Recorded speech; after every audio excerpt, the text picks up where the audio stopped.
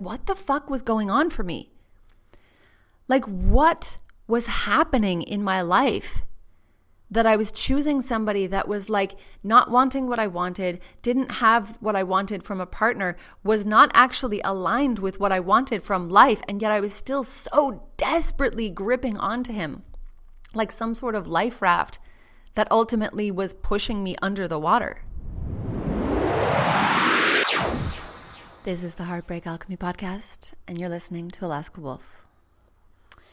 So something that I hear a lot out there in the world is this idea that to release the pain or get away from the pain that you're experiencing of this breakup that you're moving through, what you actually need to do is to let go of your ex, to just move on in whatever way you can that will allow you to get as far away from your ex-partner as possible. And the world will tell you to do this in so many different ways. Like they'll say, you know, you should go out there and get out there, like date other people. You should go hang out with your friends all the time. You should move country. You should get a new job. You should just throw yourself into all sorts of exercises or hobbies or just like anything that will allow you to take your mind off the pain that you're feeling, the grief that you're feeling, the loss that you're feeling. And something that I really recognize so fully now, having taken that route at one point in my life, many times in my life, and also through working with so many women around their breakups and their heartbreaks, is that you don't need to just let go and move on from your ex to get away from this pain. What you actually need to choose to do is to let go of the version of yourself that chose that partner, and to become the version of yourself that would never tolerate a relationship like that ever again. Because the truth is, so many of us are actually choosing our relationships and our friendships and our lives from this very wounded version of femininity that we've been taught to inhabit by the society that we live in. Like truly, since the moment you're born as a woman, as a girl, you are taught by your family and your parents, and then by the society around you and the media and the church and all of these different aspects of the world that have an influence on your life, especially as a woman, given that we live in a patriarchal society, that are giving you all of these messages around who you need to be in order to be enough, in order to be chosen, in order to be loved, in order to belong, in order to be like the goodest, best, most perfect version of yourself, so that somehow if you are this version of yourself, then you might be safe. But if you actually think about the flip side of that message, what the society is actually telling us is that if you do not conform to who we want you to be, you are going to be unsafe. You are going to be unloved. You are going to be unworthy. You are not going to be the right version of yourself for us to allow into our society and take care of. We've lived in this patriarchal society for 5,000 years, and the society and the media that we've created around us is constantly bombarding us with these messages as women that we are not enough as we are. Who we are, what we are, it's just not enough. It's never enough. And so we're in this constant cycle of doing and trying to be more and trying to prove ourselves to the world around us so that we will finally be safe and be chosen. The media around us is constantly bombarding us with these messages around how we look. It sets up this impossible beauty standard where we're always on diets and looking at how much we weigh and what we look like and whether we have the newest thing or the right cream or like how we could be better, more perfect, more optimized, more booty, more boob, like less waist, all of these things, which sets you on a treadmill as a woman to constantly be at war with yourself. At war with one of the most integral parts of who you are, because you're at war with this vessel that moves you through the world. This vessel that could, if given the opportunity, feel so much pleasure and delight and happiness in the world, but instead we're constantly told that we need to starve ourselves, to not eat this, to not think about this, to just be different than who we are so that we can look different, so that we can be the ideal for who? Not ourselves. The barometer is always external. The barometer is always somebody else's opinion of ourselves. And you can see with the trends that happen, like it's always this yo-yo. It's this super thin to this super fat dichotomy where you're just always trying to go from one to the other, which sets you up with an impossible task. The wounded feminine that so many of us have inhabited or do inhabit is also created by this constant division that we feel with our sisters. Because whether you're aware of it or not, like so many of the messaging that we get implicitly or explicitly in this world is around how women cannot be trusted. They're not safe. They're actually your competition. So even though you might have this desire to be close to them, you also have to really watch out. Because everything is scarce and you're fighting for resources and you're fighting for men and you're fighting for money and you're fighting for that one spot that's going to be given for a woman. Something that I really experienced a lot as a DJ, because if you've ever been to a festival or to a club night, like you've seen that in action. One woman on the lineup. What does that do to your relationships with other women? And I know that you can find that same version of that experience in your own reality. Because there's not really a woman in the West that can escape that narrative that we're taught, that there's just not enough to go around. Women are actually raised to feel insecure and disconnected and powerless by families that want to keep them safe, that want to keep them small, that want to keep them disconnected from their bodies and their sexuality and their sensuality, because they've seen what happens to women out there in the world that inhabit all of those things. We've been taught to seek validation constantly outside of ourselves, to not have a connection to that internal compass of yes or no, or I want this and I don't want that. Like all of these things, we've been constantly taught to look outside of ourselves, to defer to our parents, to defer to what society is telling us to do, to defer to the natural progression of what life should look like. We've been taught that it's actually safer for us to be small and not ask for too much, to base our worth on how we look or our productivity or this very masculine like version of the world where we ... stand in a line and we get up at 8 o'clock and then we go on the train and then we go to our job and then we go, like this very prescriptive version of reality. And actually that is supported by the things that we've been taught about ourselves as women, that we should be small and not take up too much space and not say what we want and not kind of rock the boat, or, that we should like be people pleasers and we should really just like allow the world to show us what they want from us and then become that, right? The wounded feminine also really shows up inside our relationships. Because the truth is, if you look at the media that surrounds you, particularly from Hollywood or TV shows, like if you think about any of the things that you've seen around relationships, like how many have shown you really beautiful dynamics that exist between two people? Where there's like love and loyalty and respect, and it's just very stable and secure and loving, and they can create space and they can come back to each other, and there's just this real honoring of who everyone is in the relationship without needing to change them into somebody else. I'll wait. The truth is, so much of the media teaches women to actually expect toxicity to exist inside of their relationship. The media teaches us to expect this push and pull and this like anxious avoidant and the man that's unemotional and unavailable, to expect untrustworthiness or like some sort of drama and chaos in your life. And that's at the lighter end. At worst, the media expects us to expect like disrespect or difficulty or violence or abuse inside our relationships.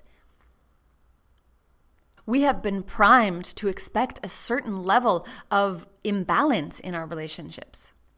To expect that when we got into a relationship with a man, it might mean that we would have to hold more of the emotional labor. We would have to do more. We would have to be carrying his emotions for him or feeling his emotions for him, giving him access to his emotionality. We've been taught to expect that there's some level of unavailability there. And so what do we learn about ourselves in that process? Like what we learn is that we need to be smaller. Our needs need to be smaller. Our emotions need to be smaller. There needs to be less needed from the other person because they simply can't handle any of those things. And so as a woman, that really makes you shrink inside of your body. It's something that really pushes you to kind of shut down the things that you do want and need in your world because you just have this implied awareness that actually it's not possible for you to get those things. And all of this is what's creating a very wounded feminine walking through the world.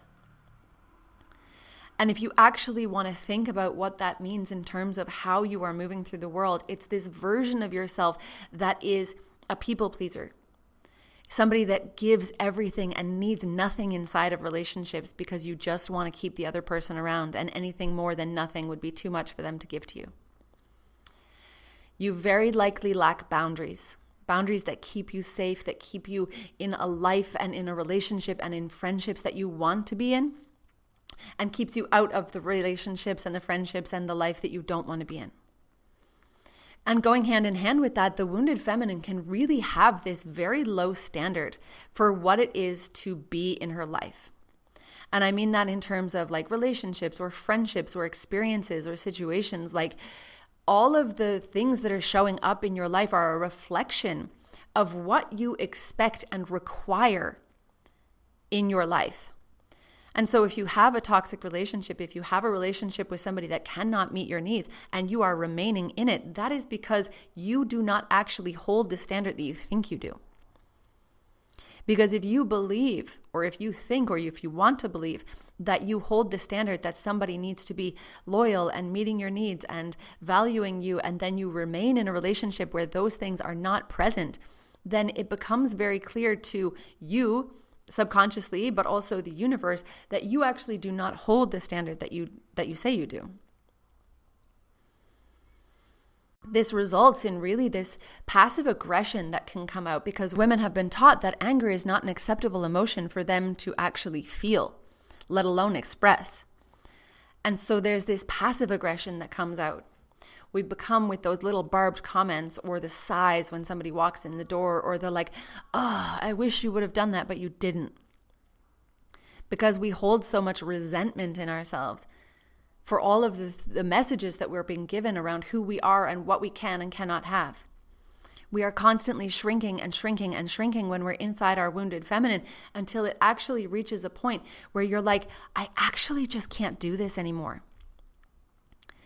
Like, I know that the world around me wants to hurt me and suppress me and condition me and just tie me down so that I will be something that I am not, because it's easier when we are all this like smaller version of ourselves, when we're caught in the like whirlpool of this wounding, right? And I was just saying this to a friend recently because of something I'm moving through at the moment. I was like, wow, it's like I literally just woke up from the last 6 weeks and I stepped outside it, and then I literally saw how bad it was, like what a whirlpool I was stuck in.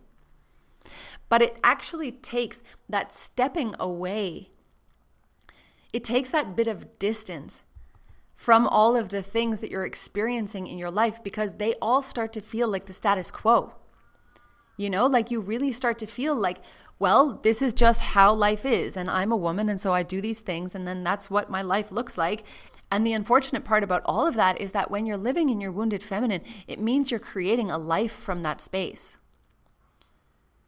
And what kind of life does a woman create when she is a people pleaser, when she has no boundaries, when she has no standards?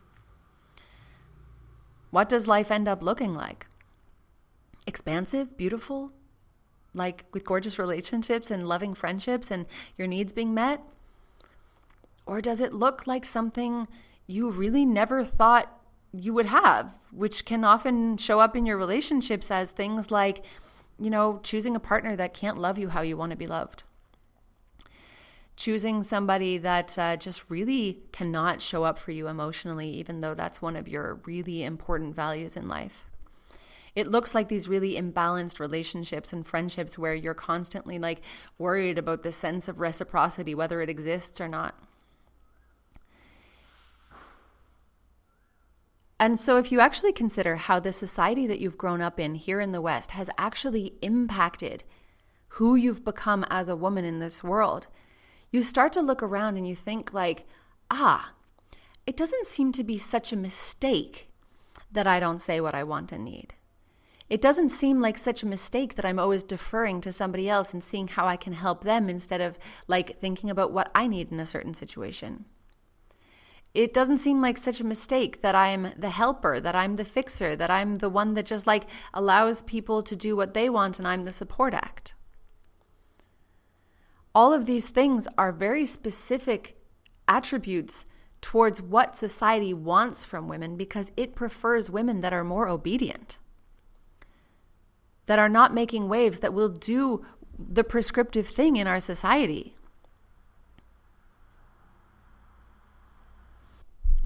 And there might be a part of you that's listening to me and thinking like, this sounds a little like outdated. Like maybe this was true in the 1950s for housewives and stuff, but like I'm a modern woman. Like surely that's not me. Surely I'm not trapped by all of those things. Like I see the media and I don't take it in, or I see social media and I know that's fake, and like all of these things. Like sometimes I think we get a little bit ahead of ourselves. Like we forget that at our core we are tribal beings. Like some of the most important things for us to experience inside of our subconscious, inside of our physiology is safety, is belonging, is being inside of the tribe, accepted by the tribe, loved by the tribe. Those are like primal instincts that we still hold on to. And so when you think about like, oh, I wasn't invited to that Facebook event, like what you're experiencing in that moment is this very primal feeling of like not being included, not being safe, not being accepted by your group around you. And so although the means and the method of all of these different messaging and all of this wounding comes in different ways now, it still exists. And I'm going to give you some examples from my own life because I think this is like a really easy way to allow you to see some perspective, right? So I always grew up as a little bit of a wild child, right? Like I was getting belly button piercings at 13 and I was dyeing my hair pink at age 14, and like I did my last year of school at a boarding college that was in a different city when I was like 17. I immediately moved away and went to Australia when I finished school. Like I just have always made like quite unconventional choices in my life, and I've never really felt all that hemmed in by what like society told me to do specifically. Like I really thought that on some level I had escaped all of those things because I was like the wild child, right? So I was like, I'm not beholden to any of these scripts that society is telling us. Like even to the point that I remember going home one Christmas and going down into the town to meet a couple of friends that I had from school. And when I turned up there was a bunch of girls that I had gone to school with. I went to an all-girls Catholic convent school when I was in my secondary school. Fun fact.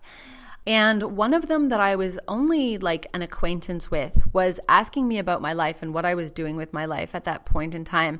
And when I said, oh, I live in Berlin and I'm a DJ and I do interior design, she just looked at me and said, that's so you.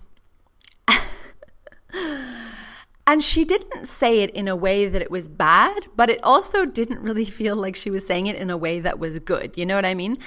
And so what I really took it to mean was just like, that's so you. You're always doing something so random, you know?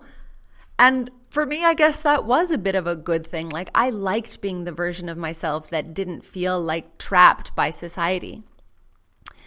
And so I guess in many ways, I just thought that because I lived this unconventional life and I chose things that were outside of the norm, like I wasn't affected by the wounding that exists for so many women that forces them into, you know, marriages where they have no love and no sex and they have kids they don't really want and they just do this very prescriptive version of life. I thought I had broken free of those things. But actually, with hindsight, with knowing more about what it is to be a healed and empowered feminine, I really look back at my past versions of myself and think like, damn, like I was going through it. Like I was so wounded.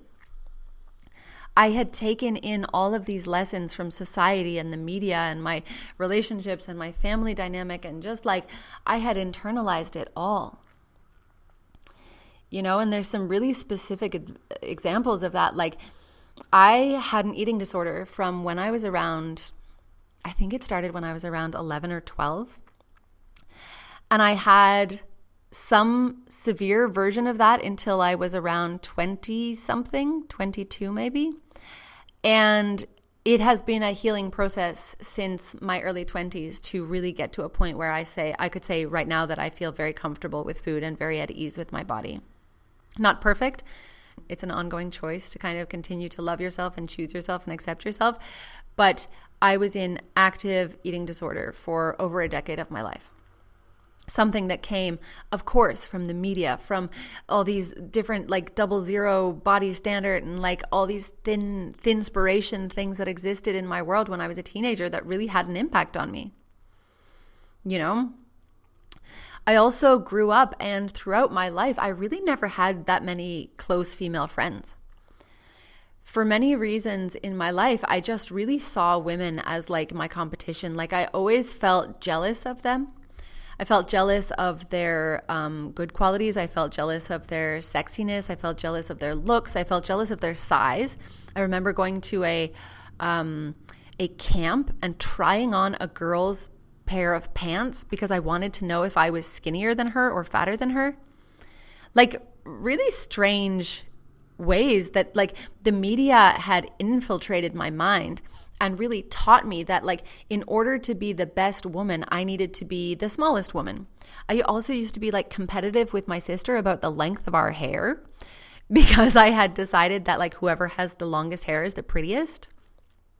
And like these are small trivial examples of the way in which our media and our society infects women and makes them wounded. But if you actually extrapolate all of those lessons about what it is in the world, it's like be smaller, be less, compare yourself, keep yourself distant from other women, make yourself in constant competition with them. You're not pretty enough, you're not good enough, you're not thin enough. And so when that version of me, that identity, that wounded feminine is going out into the world choosing partners, and I'm going to specifically talk about my last partner because, wow, the wounding had shown up at peak level in this relationship. Because I chose somebody that from the very outset had told me that he did not want the things I wanted in life. He did not want monogamy. He did not want that for his life. He did not share my values. He was not actually the man that could love me the way I wanted to be loved. He couldn't create that safety with me. He couldn't give me that like commitment. He was constantly coming and going. And that all being said, like I was the one that was choosing him.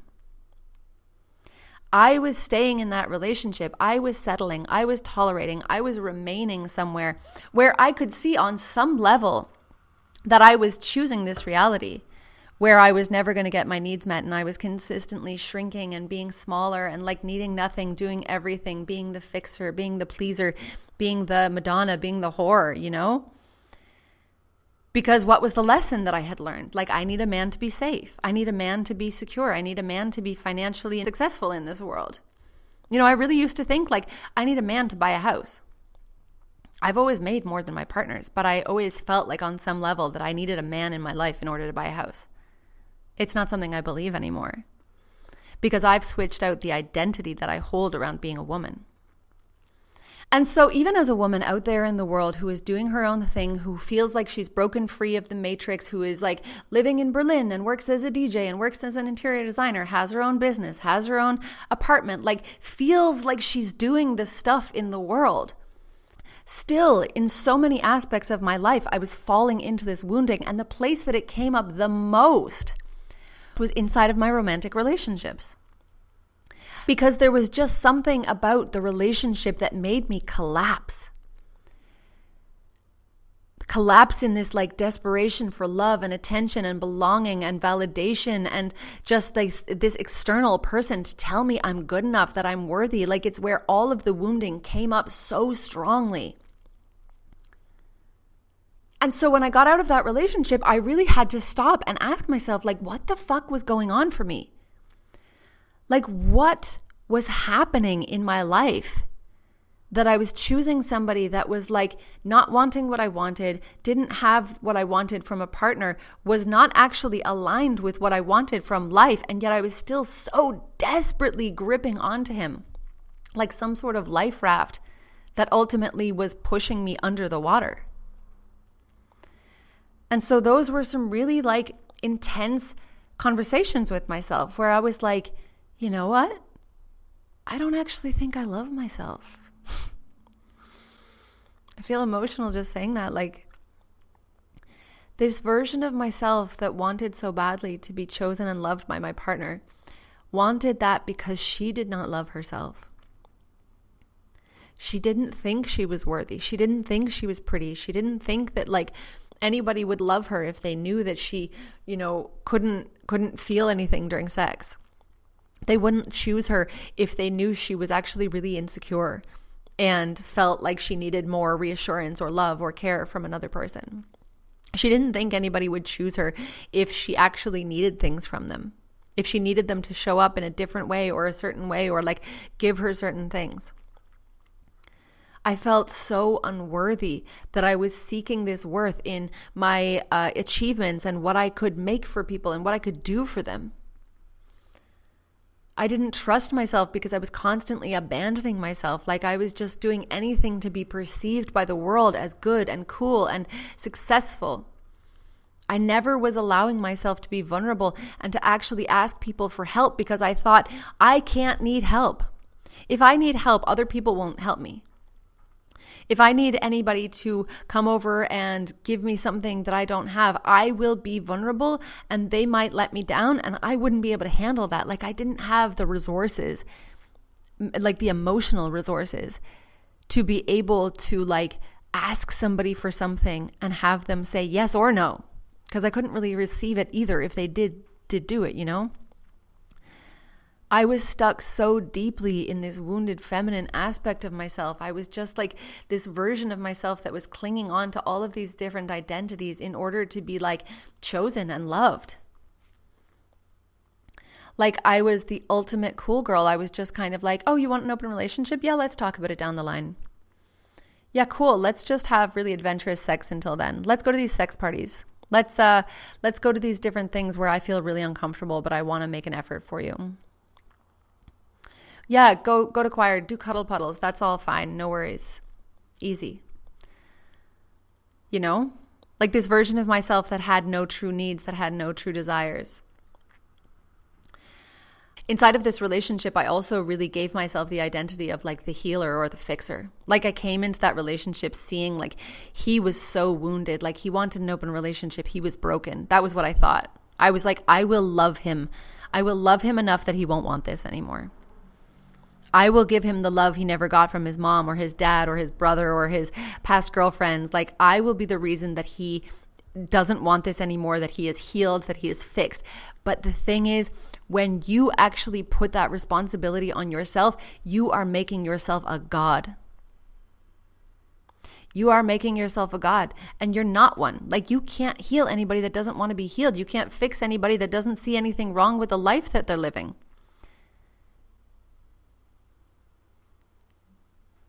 But I thought that I needed to fulfill this role in order to be chosen. And that was my own wounding coming out, that I couldn't see. I also thought like, no, I'm the healed one. I'm perfect. I don't need anything. I don't need your help. I don't need your support. I don't need to talk about my problems. I don't need anything. I am the perfect one. I am the healed one. I am the helper. And one more identity that I really took on during that relationship, but also really held as a value, was like, I'm a ride or die. Like, I am a ride or die lover girl. You can do whatever, you can need whatever, you can be as crazy as it is. Like, our relationship can be chaos, and I will ride for you no fucking matter what. I will never leave you. And if you will never leave somebody, you are putting yourself in a very dangerous fucking situation, let me tell you. Because if there's no red line, that means if you step over this point, if you do this behavior, if you have this action, if you speak to me this way, I will leave you. then you will end up in a relationship where there are no red lines, which means that everything is on the table. And that is a very dangerous place to be. Very dangerous. Because I had moments in that relationship where I wasn't sure if I was going to live. Like, I wasn't sure if I was going to live through the night because I was so afraid of my partner. I remember writing myself little, like, in my notes app, just being like, you have to leave this relationship. Like, you cannot stay. You are afraid. You are scared. You are not safe. Your partner is sleeping in the other room while you are in here scared with the door locked. Like that. Oh, man. I invite you to take a breath. I'm going to invite me to take a breath. Man. I think about those notes to myself, and I think about how I stayed after writing them for months, if not years. Because ultimately, what was on the other side of not being with my partner anymore was what I thought was a life of misery. Like, I just thought there was nothing else out there for me. I thought that I actually, if I lost him, I would have nothing in my life. And actually that was true for a little bit when we did break up. Because I had reduced my life to just him. Because I felt like I was trying to capture him so that I could be safe, so that we could be in love, so that finally we could be happy.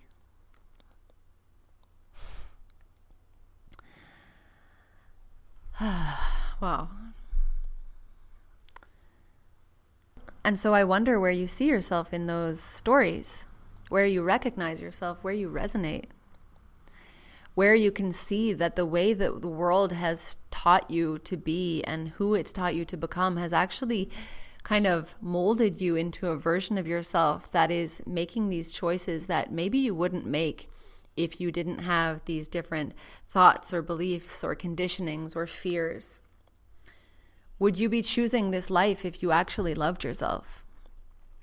Would you be choosing this life if you trusted yourself? Would you be choosing this life if you felt truly worthy?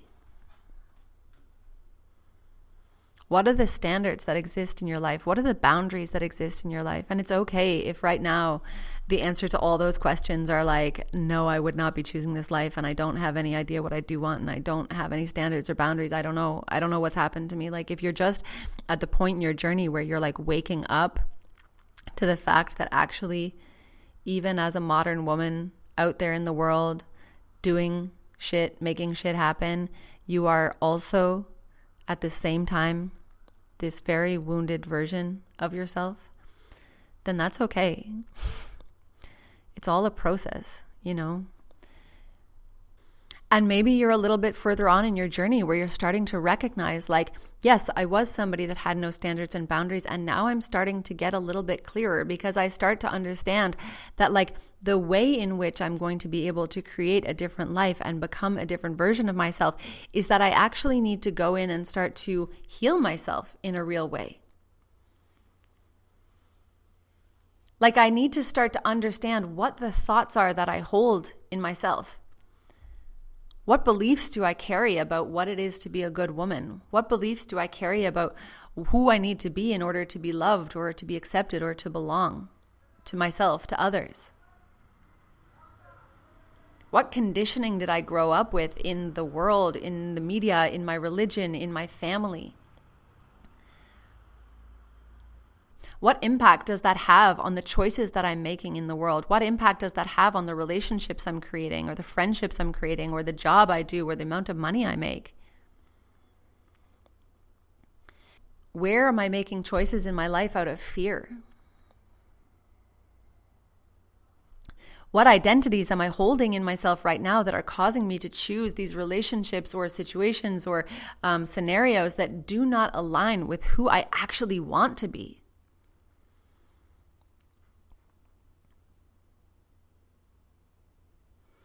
Because the thing is, In order to truly heal the patterns that you are finding, especially in your love life, but also in your wider life, you don't just have to heal on a cerebral level where you're like, oh, I understand it now, so this pattern won't happen anymore. It's like, no, you need to understand it with your mind so that you can go and do the work that's actually going to allow you to step into new identities.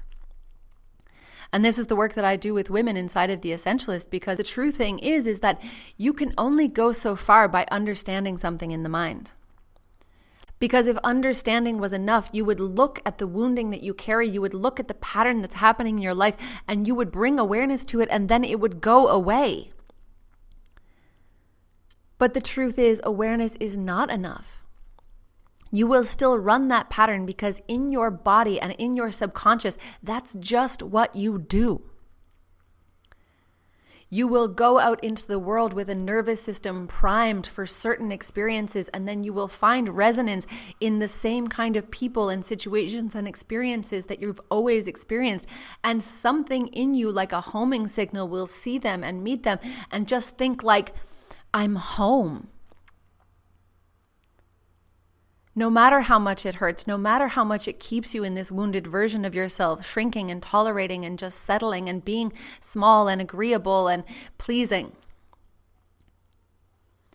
It's why the work you have to do in order to actually relieve yourself from this pattern, from this cycle, from this wounded version of yourself is through the body, through things like somatic work or sensuality and sexuality work. These spaces that you can create where you can actually come home to yourself at this most deep level inside of your body, inside of your nervous system, reconnecting with your sensations and your emotions and what those things feel like inside of your body. What your needs are, what your wants are, what your dreams are, what your desires are, where your boundaries are. Where's a yes, where's a no? All of these things come back when you reconnect with your body. Because when you actually come home to your body, when you come home to your nervous system, when you feel regulated and soft and safe in yourself because of your own relationship to yourself, that is what allows you to walk back out into the world and to make different choices, to meet the right people and places and experiences that you're actually meant to have in this world.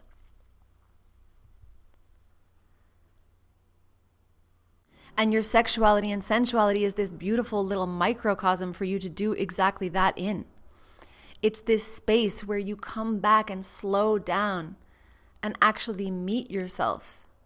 Not the version of yourself that is performing and pleasing and being something for the outside world, but the version of you that is just like so connected to your inside compass. What do I want? What do I need? What does this moment feel like? Do I want to move in this direction? Do I want to move over here? What feels good and what feels like a hard no? This is what allows you to actually start to create different realities in your world. And then it's like going into the subconscious and actually asking the questions and like exploring the realities that you've been taught in your world. Like, what is the conditioning that I hold around my body? Like I feel my body and I feel shame, or I feel grief, or I feel like not enough, not good enough. And that's because there's this subconscious stories that are looping in your brain that are constantly pushing you, saying not enough, not good enough, not pretty enough, not whole enough, not going to get the job, not going to get the man, not going to get the apartment, don't take that chance, don't do this, don't do this. And so even if your conscious mind is like, I'm done with this pattern, I want to make new choices, your subconscious mind that is like responsible for 95% of the choices you make, the thinking you do day to day, is telling you these limiting beliefs and these limiting stories, and is just keeping you in this limiting like little box that you've always lived in. Wounded, small, masculine. You've been taught that certain identities are the things that are going to keep you safe. And so there's not a part of you, maybe in this moment, that feels like, I'm a fucking queen. You've been taught that certain identities keep you safe. And so you stick to them. Because you don't think about it. We don't think about the fact that we're choosing certain identities. Because you might not realize that in your life, you're choosing certain identities that feel safer for you. And I was actually laughing because during the week, I made this really incredible post that was inspired by a friend of mine, Brittany, who I'm actually recording a podcast with tomorrow, where I was listening to her podcast. And what she said was she was listening to a mentor of hers that said, most people believe that they are creating a relationship of king and queen. But what they don't realize is that most people's relationship is actually that of king and servant. And I truly felt like my entire life flashed before my eyes when I heard that quote, because that is how I lived my life. Wanting to be a queen, wanting to be given my queendom, wanting the king in my life to decide that I was a queen, but actually choosing a king that kept me as a servant girl. The girl that would do for him and clean for him and be whatever he wanted. Because I was never stepping into the queen that I was. I didn't have the equipment. I did not have the tools. And that's why my work with women is giving them those tools. Giving them the possibility to actually step into new identities in their lives. Because the way I walk through my life now is as the queen. Like, I do not ask for somebody to show up for me in a way that they cannot. I do not stay in a relationship or chase a relationship with somebody or something that cannot give me what I need. And that goes for romantic relationships, it goes for friendships, it goes for experiences in my life. I now have a standard for my life that sometimes my reality does not measure up to. And then what I have to do in those moments is say, I am choosing to step away from this reality because it does not meet the standard that I require in my life. Like, when's the last time you had a situation in your life where things were just like going wrong? Like you were fighting with somebody, or there was something that just felt off and you were feeling icky, like a house situation or a relationship or a friendship or a boss, or where you just ended up like talking about it and talking about it and talking about it and talking about it and talking about it. And it got worse and it got worse and it got worse. And then you were just like, I don't know what to do. But when's the last time you saw something like that and you were just like, you know what? This doesn't work for me. The way you're showing up, who you're showing yourself to be, the situation that's happening here, it's just not reaching my standard. And then walked away. Because that was one of the hardest things for me to do in my life. Like, I didn't feel capable of walking away when things did not meet my standards. I thought I held standards, but I recognize on reflection they were just suggestions. And the people in my life, there was no consequences for not meeting the standards. So a lot of them didn't meet them. It doesn't make them bad, but it does make them the wrong people for me. But it was my responsibility to walk away from those people, those relationships, those situations, nobody else's.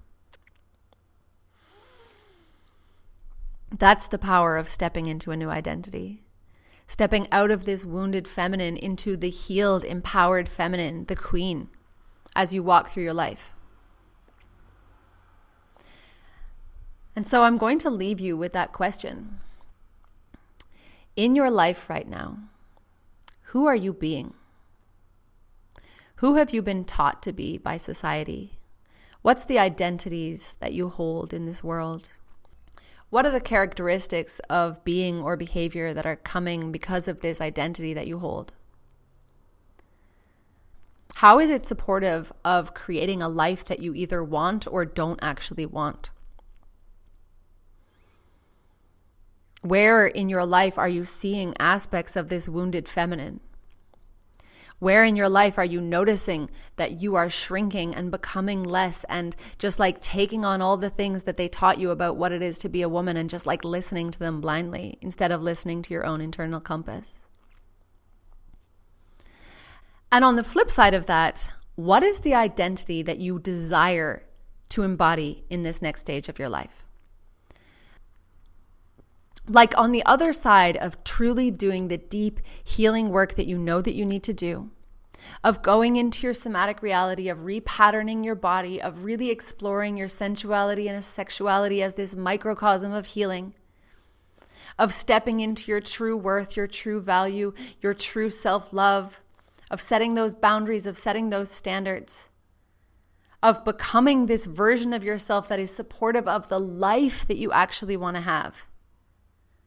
What is the identity that you're going to need to step into that is supportive of having all of those things at the level that you truly want to experience in this world? What's the identity of the woman that has it all for you? The queen, the muse, the alchemist. Who is she? How does she move through the world? What choices does she make? What beliefs does she hold?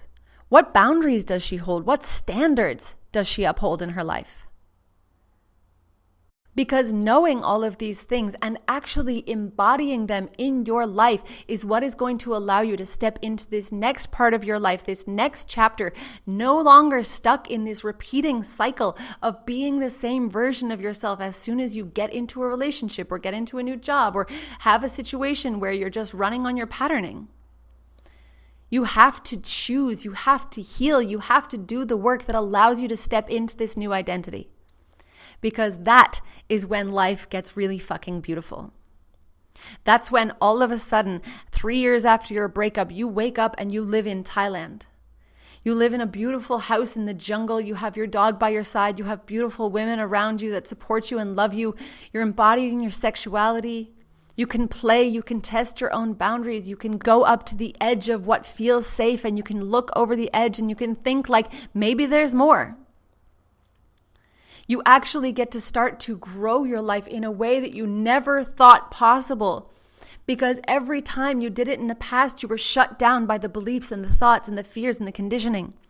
And now without any of those things, you literally have the chance to choose anything, to create anything. And it gets to be so fucking beautiful. It gets to be more beautiful than you ever even imagined possible from that whirlpool that you might find yourself in right now. And that's why this heartbreak gets to be the thing that ultimately on the journey of your life gets to be the thing that changes everything. The moment that splits your life in two.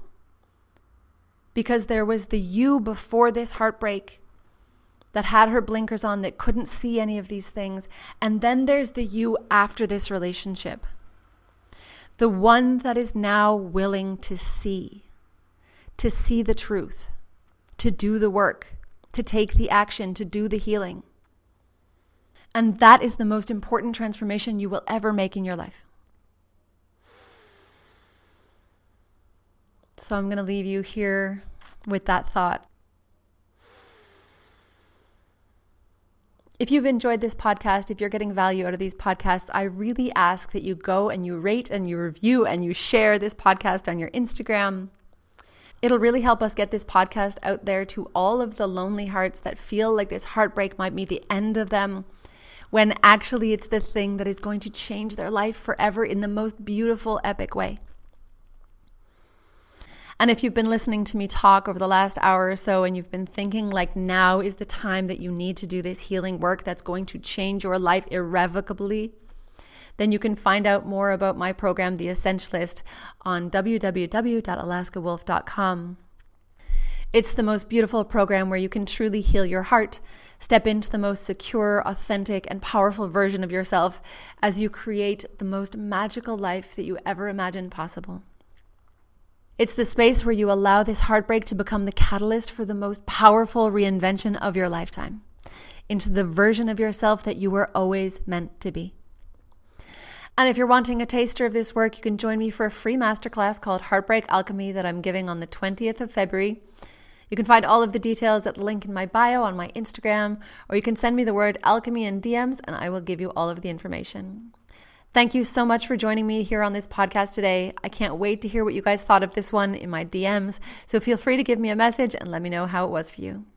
I'll catch you next week. This has been Alaska Wolf, and you've been listening to the Heartbreak Alchemy Podcast.